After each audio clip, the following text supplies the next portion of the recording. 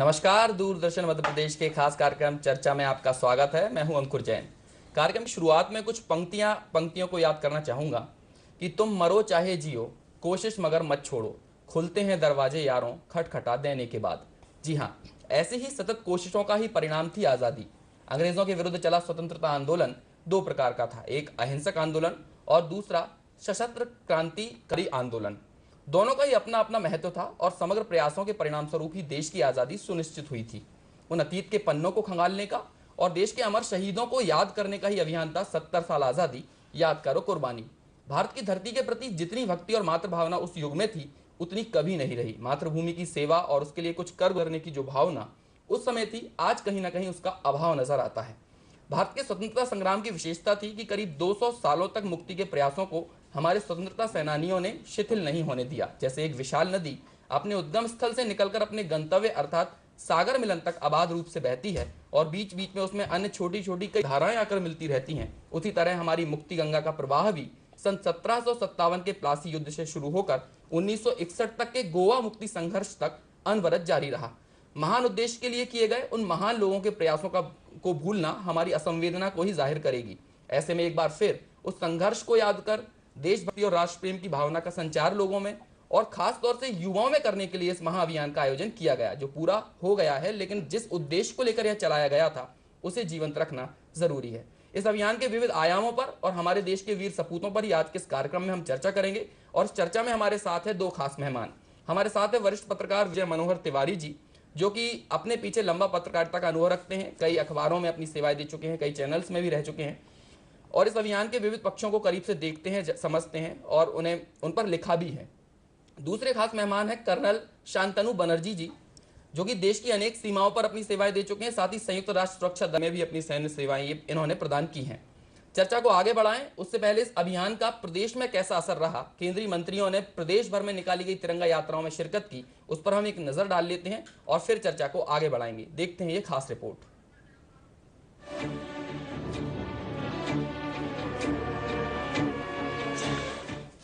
शहीदों की चिताओं पर लगेंगे हर बरस मेले, वतन पर मरने वालों का यही बाकी निशा होगा। 70 साल आजादी याद करो कुर्बानी अभियान ऐसे ही उन अतीत के पन्नों को पलटने की एक पहल थी, जिसे देख हम अपने दिलों में वो जज्बा महसूस कर सकें जो स्वतंत्रता सेनानियों और शहीदों में हुआ करता था।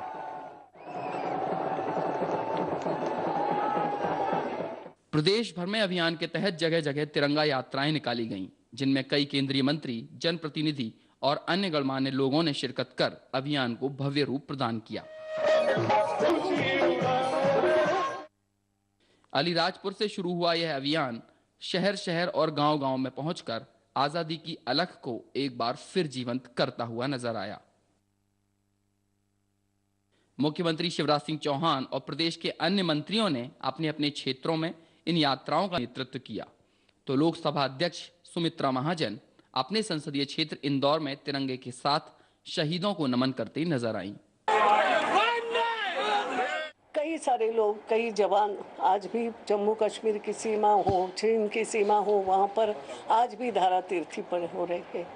तो ये सबको कहीं ना कहीं स्वतंत्रता का जो आज हम जश्न तो मनाते हैं, एक उत्सव के रूप में मनाते हैं, मगर ये उत्सव मनाते समय उनको भी याद रखना, उनको भी भाव जगाना और पूरे देशवासियों के मन में कोने कोने में भाव जगाना, ये भी आवश्यक है।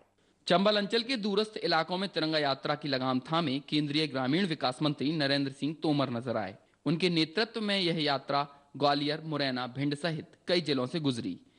हम सब इस बात को जानते हैं कि हमारे पूर्वजों के कठोर परिश्रम और बलिदान के राम स्वरूप हमको यह आजादी लहू से सनी हुई प्राप्त हुई। वहीं केंद्रीय पर्यावरण राज्य मंत्री अनिल माधव दवे ने सीहोर से भोपाल तक यात्रा निकाल शहीदों की शहादत को याद किया। निश्चित ही ये समाधि जो बनी है महान 356 वीर नायकों की, जो अनाम हो गए, मिट्टी में मिल गए, लेकिन उनकी वीर गाथा आज भी जीवित है और वो हमें कह रही है कि हमको देश के लिए हर वो काम करना चाहिए जिससे देश का नाम रोशन होता। जब प्रदेश के आदिवासी बहुल इलाकों से यह यात्रा निकली तो अंचल के टंट्या भील और भीमा नायक जैसे वीर सपूतों को श्रद्धा सुमन अर्पित करने भी कई मंत्री पहुंचे। बैतूल में केंद्रीय कृषि विकास राज्य मंत्री सुदर्शन भगत तो अलीराजपुर, डिंडोरी, अनूपपुर जिलों में केंद्रीय स्वास्थ्य राज्य मंत्री फग्गन सिंह कुलस्ते तिरंगा लहराते नजर आए। केंद्रीय मानव संसाधन मंत्री प्रकाश जावड़ेकर ने छिंदवाड़ा तो केंद्रीय रसायन एवं उर्वरक मंत्री अनंत कुमार ने मुरैना में तिरंगा यात्रा की अगुवाई की। वहीं इंदौर के राऊ में केंद्रीय सामाजिक न्याय एवं अधिकारिता राज्य मंत्री रामदास अटावले ने तिरंगा यात्रा का मोर्चा संभाला। हमारा एक संदेश यही है कि देश के लोगों को और खासतौर से नौजवानों को इस बात का एहसास हो कि देश की आज़ादी की जो स्थिति है उसको लोग जाने और एक माहौल ऐसा बने जश्न के रूप में मनाए देश के लोग। ये इसके पीछे कारण है, क्योंकि अभी तक इस प्रकार के ऐसे बहुत सारे कार्यक्रम होते हैं, तिरंगा यात्रा का भी कार्यक्रम, और इसलिए पार्टियों से ऊपर उठ करके कि समाज में इस प्रकार का एक माहौल बने देश के लिए, ये इसके पीछे एक मुख्य कारण है।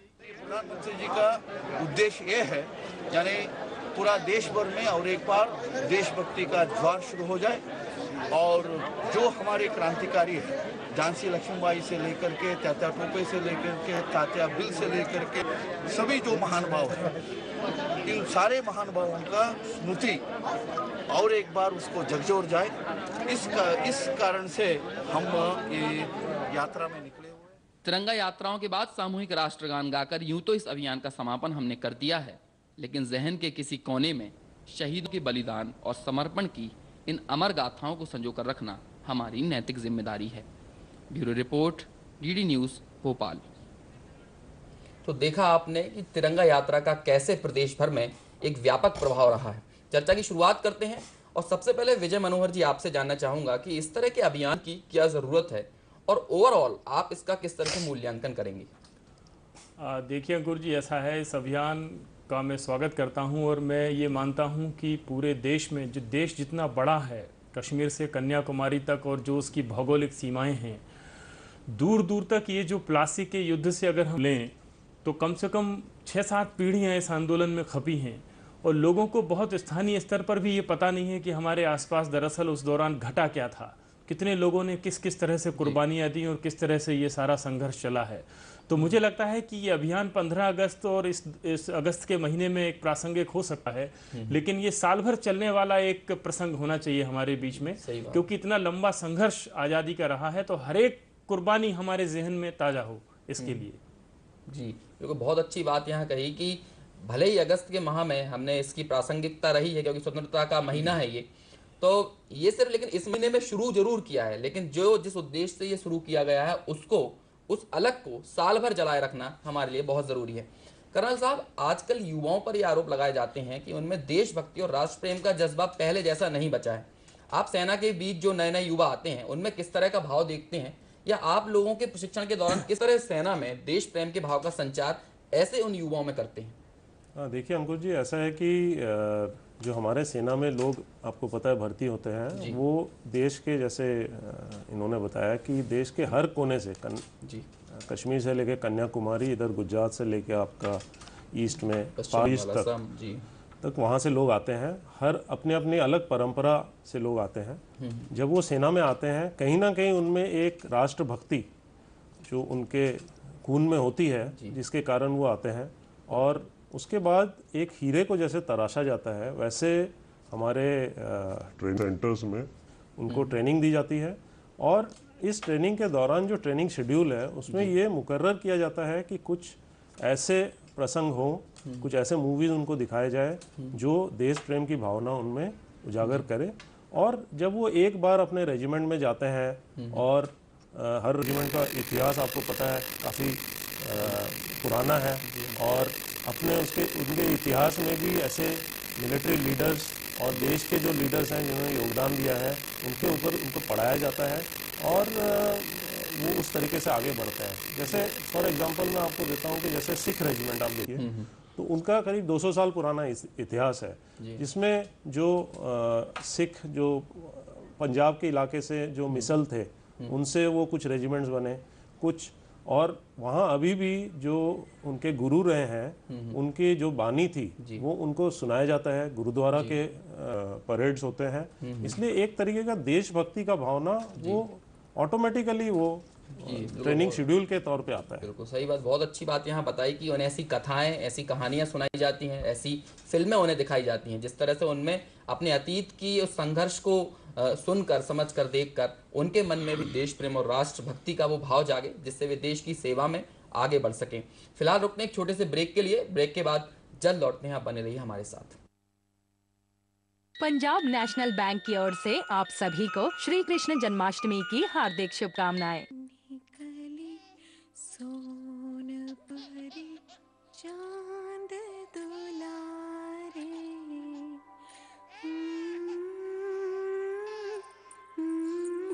पानी तो पिला दो। 6 महीने तो होने दे।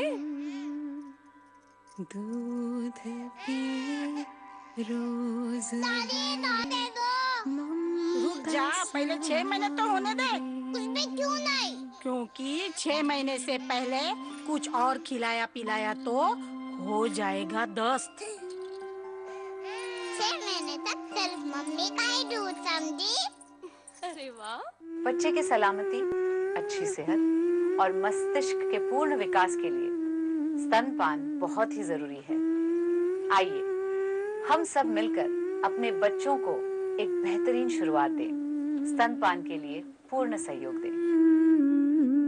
पंजाब नेशनल बैंक की ओर से आप सभी को श्री कृष्ण जन्माष्टमी की हार्दिक शुभकामनाएं।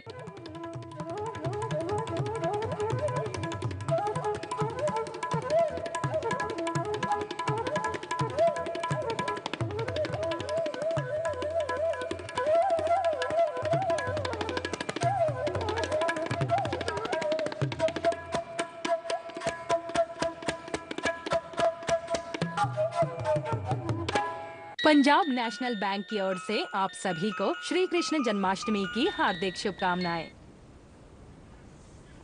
ब्रेक के बाद आपका एक बार फिर स्वागत है। हम बात कर रहे हैं याद करो कुर्बानी अभियान, अतीत के पन्नों में झांकने का एक प्रयास। और इस विषय पर बात करने के लिए हमारे साथ है दो खास मेहमान। हमारे साथ है विजय मनोहर तिवारी जी और साथ ही हैं कर्नल शांतनु बनर्जी जी। चर्चा को आगे बढ़ाते हैं। तिवारी जी, क्या कारण है कि 1857 की क्रांति को पहला स्वतंत्रता संग्राम मानने के बावजूद कुछ नाम ही लोकप्रिय हो पाए, या फिर करीब 200 साल के संघर्ष में 200 नाम भी हम बमुश्किल नहीं निकाल पाते जिनकी दास्तां हम युवाओं को सुनाकर उन्हें देश प्रेम के लिए प्रेरित कर सकें? तो ये जो पूरा हालात है, इसको कैसे बदला जा सकता है? ये बड़ा सवाल है कि 1857 की जो पहली क्रांति जिसे हम कहते हैं, उसके चंद नाम ही हमारे जहन में है। और इसकी, जैसा कि मैंने शुरू में कहा, कि इसकी वजह यह है कि देश इतना बड़ा है कि एक कोने में क्या हो रहा था, दूसरे कोने में क्या हो रहा था, हमें अपने आसपास का भी बहुत कम नॉलेज है। मुझे नहीं मालूम कि मेरे ज़िले में कितने क्रांतिकारियों ने इसमें सहभागी हुए और कितनों ने अपनी कुर्बानियाँ दी। हम जिस जगह बैठे हैं, होशंगाबाद उसके पास का एक ज़िला है। शायद हम में से बहुत कम लोगों को ये पता होगा कि वहाँ बोरी एक जंगल का इलाका है और वहाँ राजा भभूत सिंह की क्रांति के किस्से लोकल कम्युनिटी में आज भी मशहूर हैं। और 1857 की क्रांति में उन्होंने ब्रिटिशर्स के खिलाफ अपनी लोकल कम्युनिटी के साथ में एक फौज खड़ी की थी। उसको क्रश करने के लिए, उनको बलपूर्वक दबाने के लिए अंग्रेजों को मद्रास से और कोलकाता से आर्मी को यहाँ बुलाना पड़ा था। और वो आंदोलन राजा भभूत सिंह का बुरी तरह दबाया गया। और उसके बाद उन्होंने बोरी अभयारण्य को देश का पहला, अखंड भारत में देश का पहला रिजर्व फॉरेस्ट डिक्लेयर किया गया, होशंगाबाद जिले का ये। और वो सारे राजा भभूत सिंह के जितने महल और उनके खंडहर हैं, वो सारे रिजर्व फॉरेस्ट में चले गए। उसके बाद पब्लिक वहां नहीं जा सकती है। वो खंडहर आज भी वहां जंगलों में गुम हैं। वो आर्कियोलॉजिकल डिपार्टमेंट के अंडर में भी नहीं आते हैं। राजा भभूत सिंह का नाम चंद स्थानीय लोगों के अलावा पूरे मध्य प्रदेश में कोई नहीं जानता। सही बात। इस पर एक बहुत मशहूर रिसर्चर है संगीत वर्मा। उन्होंने उस जंगलों में जाकर राजा भभूत सिंह के उन स्मारकों की फोटोग्राफी पहली बार आज से 5-6 साल पहले की थी और उसकी एग्जीबिशन लगाई थी। तब देश को पता चला कि एक स्थानीय राजा ने किस तरह से पूरी क्रांति को लीड किया। और उसको अंग्रेजों ने चेन्नई से, तब के मद्रास, कोलकाता से फौज को बुलाकर यहाँ उनको बलपूर्वक दबाया था। तो हमें स्थानीय स्तर पर, जब तक हम अपने एजुकेशन सिस्टम में, हमारी प्राइमरी और मिडिल की क्लासेस के सारे पाठ्यक्रमों में हम अपने स्थानीय क्रांतिकारी और बलिदानियों की उनके परिचय नहीं पढ़ाएंगे, तब तक उनको पता कैसे चलेगा कि मेरे आसपास दरअसल 1857 में या 1757 में या 1947 के पहले घटा क्या था। तो वो हमें पता चले, उसके लिए वो शिक्षा प्रणाली में बहुत अनिवार्य है कि स्थानीय स्तर पर ये चीजें शामिल होनी चाहिए। बहुत अच्छी बात कही कि हमारी शिक्षा प्रणाली में ऐसी व्यवस्था होना चाहिए कि जिससे हमें हमारे उस अतीत के, उन हमारे जो वीर सपूत हैं उनके बारे में जानने का मौका मिले। एक उदाहरण यहाँ पर विजय मनोहर जी ने दिया है, हमारे सीहोर के पास में कुंवर चैन सिंह जी एक ऐसे ही स्वतंत्रता सेनानी रहे हैं। इसके अलावा एक और ऐसी आदिवासी अंचलों में भी कई ऐसे अमर सपूत रहे हैं जिन्होंने देश के लिए अपने प्राण दिए हैं। ऐसी ही एक कहानी निमाड़ के मालवा अंचल में भी पाई जाती है, वो है टंटिया भील की, जिसका जिक्र प्रधानमंत्री ने भी अपने भाषण में किया था। पहले हम उस एक स्टोरी को देख लेते हैं जो हमने टंटिया भील के ऊपर बनाई है, उसके बाद इस चर्चा को आगे बढ़ाएंगे।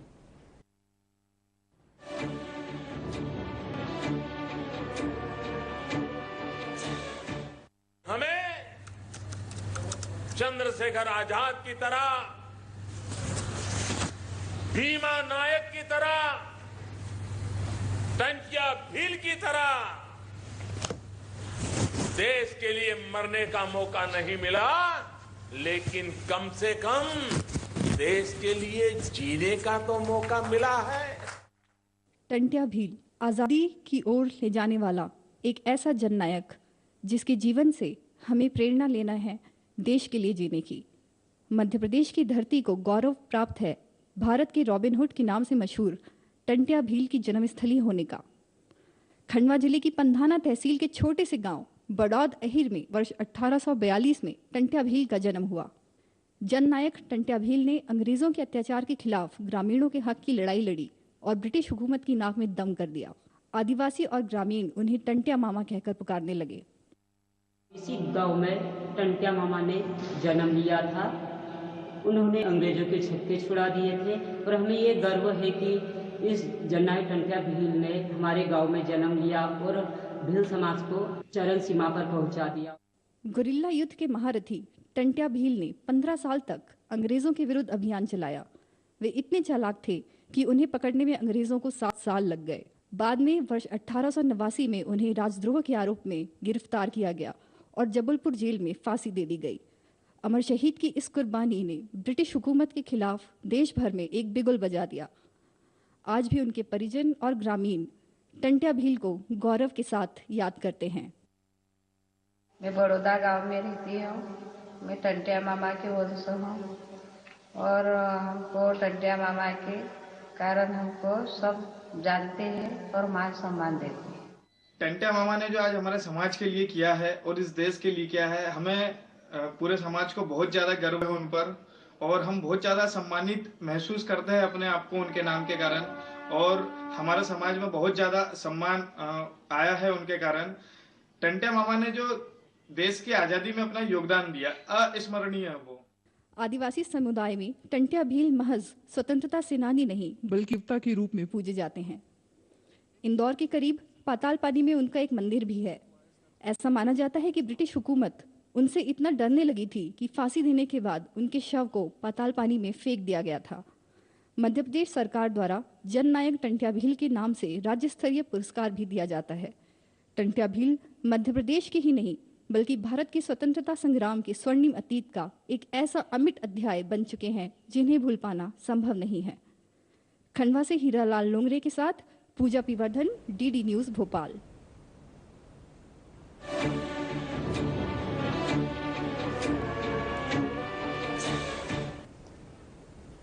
तो देखा आपने कैसी कैसी कहानियां हमारे प्रदेश के अनेक अंचलों में बिखरी पड़ी हैं। चर्चा को आगे बढ़ाते हैं। कर्नल साहब, आपसे यहाँ पूछना चाहूँगा कि आपने अलग अलग सीमाओं पर काम किया है, तो कई बार क्या आपने ऐसे सैनिकों को देखा है जिन्होंने देश के लिए अपनी शहादत दी हो? या फिर दूसरी बात ये करना चाहूँगा कि जो तिरंगा यात्राएं जो निकाली जाती हैं, तो तिरंगा का या दूसरे जो राष्ट्रीय प्रतीक चिन्ह हैं उनका सेना में क्या महत्व रहता है? देखिए, हमारा भारतीय सेना का जो इतिहास है वो काफ़ी गौरवशाली है जी। और प्री इंडिपेंडेंस और पोस्ट इंडिपेंडेंस दोनों वक्त हमारे सैनिकों ने काफ़ी आहुति दी है।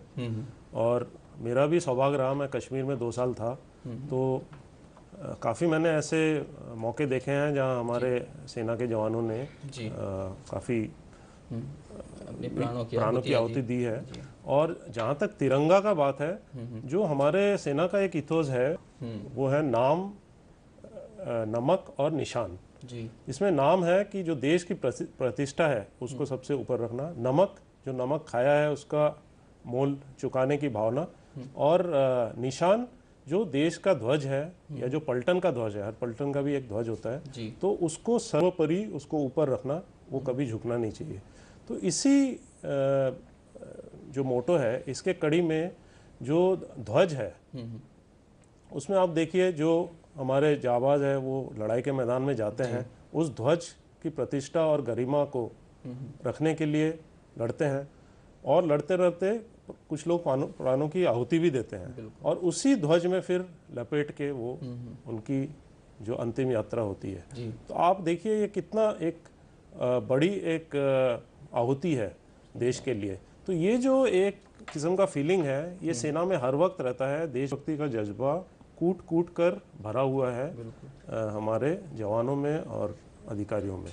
तो ये समझना बहुत जरूरी है। सही बात है। जब तक देश के प्रतीकों के प्रति अंतर में एक गौरव फक्र महसूस नहीं होगा तो शायद उसके लिए कुछ करने गुजरने की भावना भी पैदा नहीं हो सकती। विजय जी, इस तिरंगा यात्रा के जरिए हमारे मंत्री और नेता कई ऐसे शहीदों के स्मारकों पर भी गए, हमने हालांकि इस बारे में काफ़ी बात पहले की है, जिनकी अमर गाथाएं सिर्फ उस अंचल तक ही सिमट कर रह गई हैं, लेकिन इस यात्रा के जरिए उन अमर शहीदों का नाम एक बार फिर उभर कर सामने आया है। तो क्या इससे हम मान सकते हैं कि इन अलग अलग अंचलों में बिखरी इन प्रेरणादायी गाथाओं से कम उस स्थान विशेष के पर्टिकुलर वहाँ के युवाओं में एक नई प्रेरणा, नई चेतना का विकास होगा? बिल्कुल, मैं इसको प्रतीकात्मक मानता हूँ कि मंत्री हैं या जो हमारे जनप्रतिनिधि हैं वो साल भर तो इस तरह के मूवमेंट में शामिल नहीं हो सकते हैं, लेकिन 15 अगस्त के बहाने एक शुरुआत हुई है तो उसके प्रतीकात्मक उपस्थिति उन्होंने पूरे देश के ऐसे गुमनाम जो बलिदानी हैं उनके स्मारकों पर जाकर दर्ज कराई। लेकिन मैं इसके आगे इसको ले जाना चाहता हूं, और मेरा इसमें ये मानना है कि जो स्थानीय सामाजिक संगठन हैं, जो स्थानीय शैक्षणिक संगठन हैं, स्कूल कॉलेजेस हैं, जो ऐसे जो समाज के लिए काम करने वाले लोग हैं, ये बाकी साल उनकी जिम्मेदारी है कि वो इन बलिदानियों को याद करें, और अपने अपने इलाके में जो भी ऐसे उनकी लिस्टिंग होना चाहिए, पब्लिक प्लेसेस पर उनके बहुत आदर के साथ उनके नाम दर्ज होने चाहिए, रेलवे स्टेशनों पर, बस स्टैंडों पर, ताकि जो इस इलाके में आने वाले बाहर के लोग हैं उनको भी पता चले कि ये 100 उन लोगों की सूची इस इलाके की है जिन्होंने 1857 की लड़ाई में या 1930 के आंदोलन में अपना बलिदान यहाँ पर दिया था।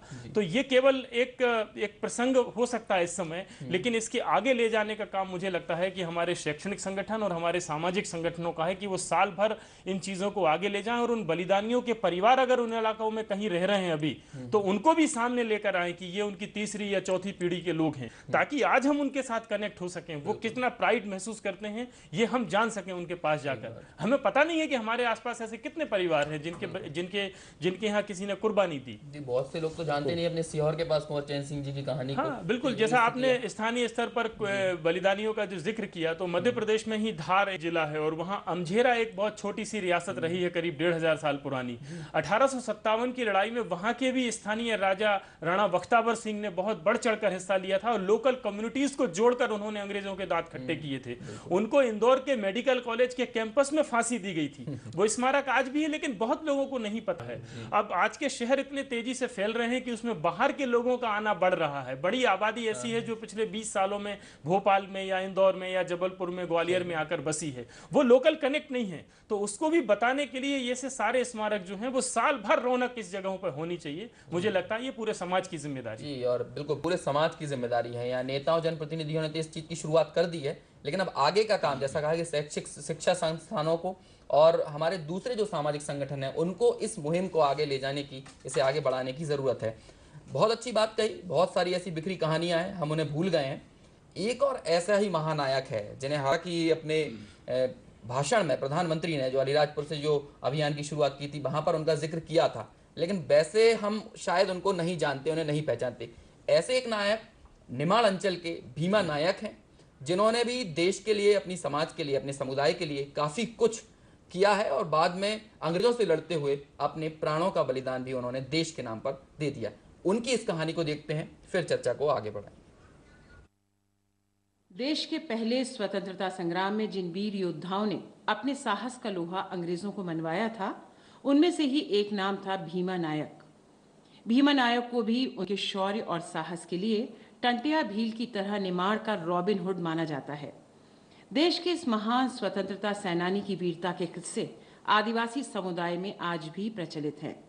अंचल के लोकगीतों और लोक कथाओं में आज भी भीमा नायक महानायकों की तरह जिंदा है। उन्होंने ये सोच लिया था कि अंग्रेज़ों को तो अब यहाँ पर टिकने ही नहीं देना है, और जो भी अंग्रेज निकलता था उसको तीर कामठी से मार डालते थे। अपने उम्र के लोगों को, बच्चों को इकट्ठा किया और एक दल बनाया 50 लोगों का। उनका यही काम था कि इनके घोड़े भी छीनो, बंदूकें भी छीनो और इनकी ड्रेस पहन के अंग्रेज़ों को यहाँ से भगाओ। अंग्रेजों के अत्याचारों से आदिवासी समाज को बचाने के लिए भीमा नायक ने करीब 3000 सैनिकों की एक फौज खड़ी कर ली थी। सतपुड़ा के जंगलों में रहकर अंग्रेजों के खिलाफ भीमा ने गुरिल्ला युद्ध छेड़ रखा था और निमाड़ अंचलों में अपनी जाबाजी और बुलंद इरादों से ब्रिटिश हुकूमत को परेशान कर दिया था। अंग्रेजों ने सोचा कि इसको पकड़ा जाए इस आदमी को, तो जगह जगह स्थान स्थान पर छापेमारी भी हुई, लेकिन ऐसा कुछ हाथ नहीं लगा। इस बीच उन्होंने बड़े काम किए। गढ़ी में मतलब छोटी सी गढ़ी बनाई, धावा बावड़ी के ऊपर जो पहाड़ी है वहाँ पर एक गढ़ी बनी है, वो सुरक्षा के लिए थी, वहाँ ये सुरक्षित होते थे। खरगोन जिले के धावाखेड़ी में बना यह स्मारक भीमा नायक की वीरता और साहस की यशोगाथा अब भी बयां करता है। जहां भीमा की ये अष्ट धातु से बनी विशाल प्रतिमा आज भी गुजरे अतीत की आंखों में झांककर वर्तमान को वही अनुभूति प्रदान करती है। बड़वानी से शिवपाल सिंह सिसोदिया के साथ Pooja P Vardhan, DD News Bhopal. Bhima Nayak जैसी और भी कई कहानियां हैं, लेकिन हम उन सबको तो आपके सामने प्रस्तुत नहीं कर सकते। लेकिन कहीं ना कहीं ये जितने भी प्रयास अभी इन पिछले 15 दिनों में हुए हैं उसकी सराहना होना ज़रूर चाहिए और आगे भी इस तरह के प्रयास होते रहने की ज़रूरत है। कर्नल साहब, एक सैन्य अधिकारी होने के नाते आप इस पूरे अभियान को किस तरह देखते हैं? क्या इससे एक नई प्रेरणा युवाओं में, और जो खुद अभी सेना में काम कर रहे हैं, वे ऐसे जो नए युवा या जो और भी जो लोग काम कर रहे हैं, वे अपने आप को क्या गौरवान्वित महसूस करेंगे कि उन्हें देश की सेवा करने का ऐसा मौका प्राप्त हुआ है और पूरा देश ऐसे उन वीर सपूतों के लिए, ऐसे शहीदों के लिए जगह जगह तरह तरह के आयोजन कर रहा है और उनकी यशोगाथा गा रहा है? बिल्कुल बिल्कुल। देखिए, जो हमारे देश की सेना है, ये इन्होंने पिछले 60 साल में अपना अस्तित्व प्रूव कर दिया है कि ये हमारी देश की सेना है। सब लोग इसमें देशभक्त हैं और ये जुड़े हुए माटी के लोग हैं। अभी चाहे ये किसी भी दूर दराज से इलाके से भी आए हों, लेकिन हमारे यूनिट्सों में भी जहाँ पे ये रहते हैं वहाँ पे इनके पास पूरे कम्युनिकेशन की सुविधा है। जो भी देश में चल रहा है उससे ये भली भांति परिचित होते हैं। तो ये कहीं ना कहीं उनमें भी एक तरीके का देशभक्ति का भाव वो जगाएगा। और मैं ये बोलना चाहता हूँ, ये हमारे खून में ही है। ये तो जैसे राम प्रसाद बिस्मिल साहब ने बोला है कि शहीदों के मज़ारों पर हर वक्त लगेंगे मेले, वतन पर मिटने वालों का यही आखिरी निशा होगा। सो ये जो उन्होंने बोला है, ये हमारे फौज में फॉलो होता है। हमारे यहाँ जितने भी शहीद हैं उनके परिवारों से हर साल उनके जिस दिन कोई भी जो मुकर्रर डेट होता है जिसमें उनका शहीदी दिवस या ऐसी चीज़ें मनाई जाती है, जिसमें लोग जाके उनसे मिलते हैं, हमारे ऑफिसर उनसे मिलते हैं। और एक तरीके से जो रेजिमेंट, जिस रेजिमेंट से वो जुड़ा हुआ है, वो एक तरीके की पूरी जिम्मेवारी लेती है। और इसके अलावा देखा गया है कि जो लड़ाई के मैदान में जहाँ पे हमारी जीत हुई है, उसको हम बैटल ऑनर डे या थिएटर ऑनर डे के हिसाब से मनाते हैं, जिसमें जो पुराने सैनिक हैं, जो सेवानिवृत्त हैं, उनको बुलाया जाता है, उनको सम्मान दिया जाता है, उनके फैमिलियों के साथ सेलिब्रेशंस किया जाता है। तो कहीं ना कहीं जो ये अभी जो इस बार जो हुआ है जो प्रोग्राम तिरंगा यात्रा, ये कहीं ना कहीं प्रोत्साहन देगा और जो नए आयाम लेके आएगा देशभक्ति में। बिल्कुल, बहुत अच्छी बात कही कि देशभक्ति में नए आयाम ये लेकर आएगा, प्रोत्साहन देगा सेना में काम करने वाले लोगों को। क्योंकि हमने इस अभियान में सिर्फ स्वतंत्रता सेनानियों को ही याद नहीं किया, बल्कि कई शहीद जिन्होंने देश की सेवा करते हो, चाहे वो 99 के युद्ध में हुए हों, चाहे वे 71 में, ये जितने भी शहीद जो हुए हैं उन शहीदों को, देश पर मरने मिटने वाले लोगों को भी इस अभियान के तहत याद किया और उनके स्मारकों पर भी श्रद्धा सुमन अर्पित किए गए। ऐसे ही एक प्रदेश की धरती के लाल अमर शहीद वीर सपूत वे थे राजेंद्र यादव। उनके जो स्मारक हैं उन पर भी कई केंद्रीय मंत्री पहुंचे और वहां पर अपने श्रद्धा सुमन अर्पित किए। उनकी दास्तां को देखते हैं हमारी इस खास रिपोर्ट में।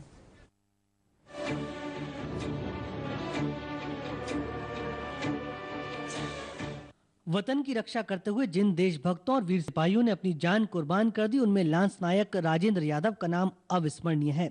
मध्य प्रदेश के खरगोन जिले के घुघरिया खेड़ी गांव में जन्मे भारत मां के इस वीर सपूत ने 1999 में कारगिल के युद्ध में अदम्य साहस और शौर्य का परिचय देते हुए पाकिस्तानी सेना के छक्के छुड़ा दिए।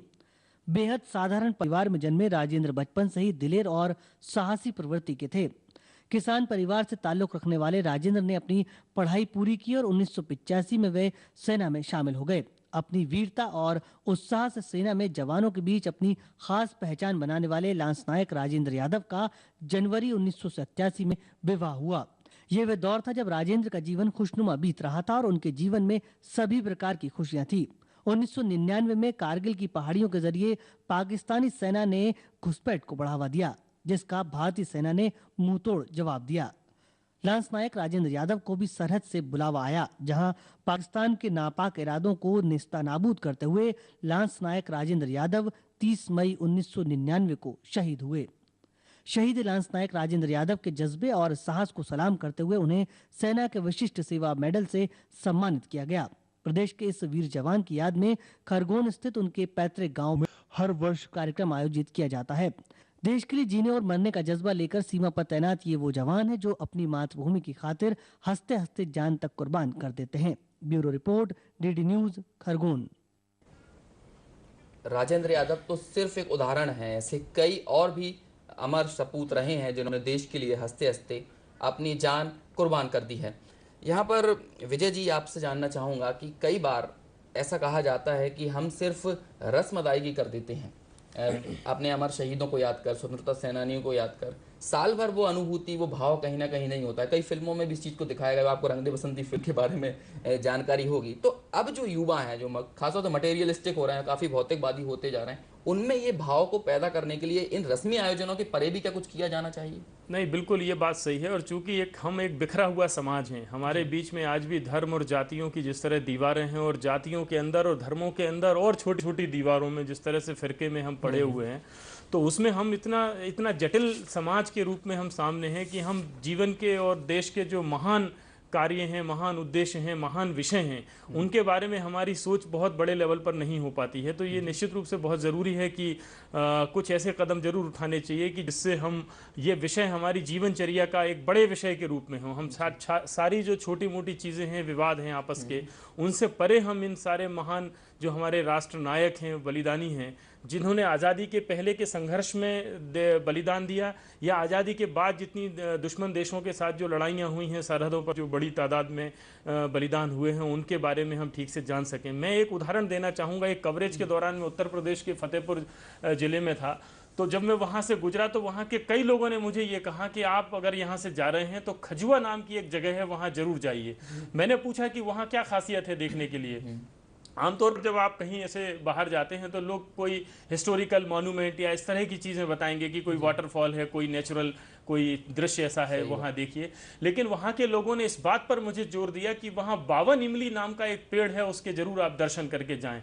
तो मैं वहाँ गया, पता चला, मुझे तारीख याद है कि वो 8 अप्रैल 1858 को वहाँ 52 लोगों को अंग्रेजों ने एक ही पेड़ से लटका के मारा था। और उसमें जोधा सिंह गौतम नाम के एक स्थानीय जागीरदार भी शामिल थे, जो 1857 की क्रांति में स्थानीय समुदायों के साथ में अंग्रेजों के खिलाफ सक्रिय थे। और अंग्रेजों का खौफ इस कदर था कि उनकी लाशें 4 और 5 मई तक उस पेड़ से लटकी रही थी, 52 लोगों की लाशें। और फिर एक दलित व्यक्ति ने, एक स्थानीय एक राजा थे रामपुर के, उनको जाके ये सूचना दी है कि वहाँ इस तरह से जोधा सिंह गौतम और उनके सारे 51 साथियों को अंग्रेजों ने पेड़ से लटका के मार डाला है। उनकी लाशें 4 और 5 मई की रात को वो रामपुर के राजा आते हैं और वो सारी 52 शव उनके उतारे जाते हैं और सम्मान पूर्वक उनका वहाँ पर अंतिम संस्कार होता है। वो बड़ा उन्होंने सहेज के उस पेड़ को और पूरे 52 लोगों के नाम बहुत आदर से उन्होंने किसी तीर्थ की तरह विकसित करके, वहाँ छोटी सी जगह है, खजुआ हिस्टोरिकल प्लेस है, रखे हैं। और कोई भी लोग अगर आसपास के वहाँ से गुजर रहे हैं, कुछ नया देखना चाहते हैं, तो वो प्रेरित करते हैं कि आप जाकर 52 इमली के दर्शन जरूर करिए। मुझे लगता है ऐसी 52 इमलियाँ हमारे आसपास, जैसा कि हमने जिक्र किया अभी भीमा का, टंटिया का, राणा बख्तावर का, भभूत सिंह का, चैन सिंह का, ऐसे हमारे गांव गांव में बिखरी हुई कहानियां हैं ये। और ये बहुत हमारी जीवनचर्या के हिस्सा में हूँ। और ये इसके लिए जैसा कि मैंने शुरू में कहा कि हमारे सामाजिक संगठनों का बड़ा जिम्मा है, हमारे शैक्षणिक संस्थानों का बड़ा जिम्मा है कि वे इसको कैसे एक बड़े विषय के रूप में जिसमें हम गर्व महसूस कर सकें सामने लेके आए। बिल्कुल, बहुत अच्छी बात बताई। जैसा कि इस गांव के लोग ने ये काम किया है, ऐसा कई और भी लोग कर सकते हैं, क्योंकि वे भी अपने आसपास ही नज़र डालेंगे तो उन्हें भी कई ऐसी कहानियां नज़र आएंगी। और ये उनकी जिम्मेदारी है, हम सबकी नैतिक जिम्मेदारी है कि ऐसी कहानियों को लोगों के सामने लाएं। जैसे हम हमारी ज़िंदगी में, हमारी जीवन शैली में पूजा करना, इबादत करना, ये सब शामिल है, ऐसे ही हमारे उन वीर सपूतों की दास्तां भी हमारे हृदय में संजो कर रखना बहुत ज़रूरी है। कर्नल साहब, मैं आपसे जानना चाहूँगा कि शहीदों के पैमाने क्या तय किए जाएँ? देशवासी प्रथम विश्व युद्ध में भी शहीद हुए, हमारे देश के ही नागरिक थे, दूसरे विश्व युद्ध में भी हुए, जबकि उनको ये कहा गया था कि आप यदि दूसरे विश्व युद्ध में अंग्रेजों का साथ देंगे, इंग्लैंड की तरफ से लड़ेंगे तो देश को आज़ादी दी जाएगी। तो उन्होंने भी कहीं ना कहीं उस सपने के साथ देश के लिए, आज़ादी के लिए अपनी, तो एक बहुत बड़ा इतिहास है, बहुत बड़ी संख्या है। इन सबको कैसे हम जर्नलाइज कर सकते हैं, इन सबको कैसे याद किया जाए? देखिए, जो हमारी जो सैन्य हिस्ट्री है उसको दो भागों में बांट सकते हैं। एक है प्री इंडिपेंडेंस और एक है पोस्ट इंडिपेंडेंस। प्री इंडिपेंडेंस में हमको पता है कि हमारे सेना के जवानों ने ब्रिटिश एम्पायर के लिए लड़ाई किया और कुछ लोगों ने उनके अगेंस्ट भी, जैसे इंडियन नेशनल आर्मी है जो रासबिहारी बोस और फिर सुभाष चंद्र बोस ने उनका पागडोर संभाला, वो हमारे भारतीय सेना के ही जो POWs थे सिंगापुर से, उनको एक साथ रेजिमेंट बना के और वो एक दूसरे से लड़े बर्मा फ्रंट में। तो जो प्री 47 का इतिहास है उसको एक तरीके से हमको देखना चाहिए और जो पोस्ट 47 है इतिहास उसको दूसरे तरीके से देखना चाहिए। लेकिन ये हमको जरूर ध्यान रखना है कि लोगों ने अपने देश के लिए और कहीं ना कहीं दूसरे विश्व युद्ध के टाइम जो हमारे नेता थे उन्होंने भी इसको सपोर्ट किया कि शायद हम अगर ये ब्रिटिश एम्पायर की तरफ से लड़ेंगे तो हमको आज़ादी मिलेगी। इस टाइप का एक एश्योरेंस मिला था, तब वो लड़े और बड़े तादाद में लोग अफ्रीकन फ्रंट में, मिडिल ईस्ट और इटली में लड़ते हुए वीर गति को प्राप्त हुए। और जिसके ऑनर में ब्रिटिश एम्पायर ने इंडिया गेट जो भी है उसको तैयार किया और उसमें उनके नाम दर्ज है। इंडिया गेट में सब वही नाम है, वही नाम है वर्ल्ड वॉर से। और जो पोस्ट 47 के जो हमारे हैं उनको एक तरीके से हम देखते हैं और उनके लिए अभी वॉर मेमोरियल इस सरकार ने सैंक्शन किया है, जैसे हमको पता है न्यूज़ में है। और हम चाहते हैं कि एक वॉर मेमोरियल आए और हम, जैसे मैंने बताया कि, और जैसे इन्होंने बताया तिवारी जी ने, कि ये एक निरंतर प्रक्रिया होनी चाहिए जिसमें लोग कभी उनको हम भूल ना पाए। तो ये आप एजुकेशन सिस्टम में और पढ़ाई लिखाई में और सोसाइटी की ये जिम्मेवारी है कि वो ऐसे लोगों को ऑनर दे और हम उनको याद रखें। सही बात है। यहाँ पर बहुत सारी ऐसी अमर गाथाएं हमारे पास हैं, बहुत सारे नाम हम नहीं भी जानते हैं लेकिन उनको भी हम परोक्ष रूप से तो याद कर ही सकते हैं। और जब इन सब अमर सपूतों को, जब हम शहीद के ऐसे इतिहास को जब हम देखेंगे तो हमें ये पता चलेगा कि ये आज़ादी, जिस आज़ाद फिज़ा में हम सांस ले रहे हैं, ये कोई खैरात में मिली हुई चीज़ नहीं है। इसके पीछे एक बहुत बड़ा संघर्ष है। विजय मनोहर जी ने वो जिक्र किया था, जिन लोगों को एक साथ पेड़ों पर इतने लोगों को लटका दिया गया था। बहुत सारे लोग तो जानते भी नहीं होंगे उनके बारे में, ऐसे और भी कई कहानियाँ हो सकती हैं, उन सबके बारे में पता नहीं है। जलियांवाला बाग हत्याकांड में हुए, कहीं ना कहीं वे सब लोग भी अपनी आवाज़ वहाँ पर बुलंद करने के लिए मौजूद हुए थे, उन सबको मार दिया था। लेकिन कहाँ हम उन सबके नाम याद रख सकते हैं? लेकिन फिर भी परोक्ष रूप से उनको कहीं ना कहीं, उनकी उस कुर्बानी को, उनके उस बलिदान को दिल में, अपने जहन में संजो कर ज़रूर रखा जा सकता है।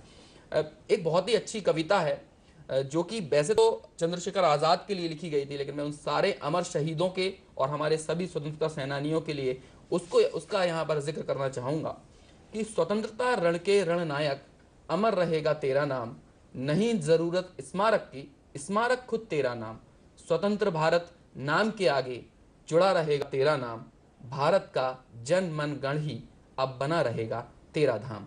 तो ऐसी यदि हम मिसाल हमारे दिल में, हमारे जहन में संभाल कर रखें, हम जनगण मन के साथ, जैसे ये सारी चीज़ें, दूसरी कई सारे मॉन्यूमेंट्स हमारे हृदय में हमने संजो कर रखे हैं, वे सब भी हमारे हृदय में रहेंगे, तो निश्चित तौर पर हम उस बलिदान को याद करते हुए नए भारत को दिशा देने की ओर अग्रसर हो सकते हैं। एक नया लक्ष्य हमें मिलेगा।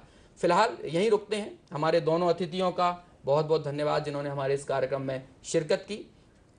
अगले हफ्ते फिर किसी नए विषय के साथ आपसे पुनः मुखातिब होंगे, तब तक के लिए पूरी टीम को दीजिए इजाज़त। नमस्कार।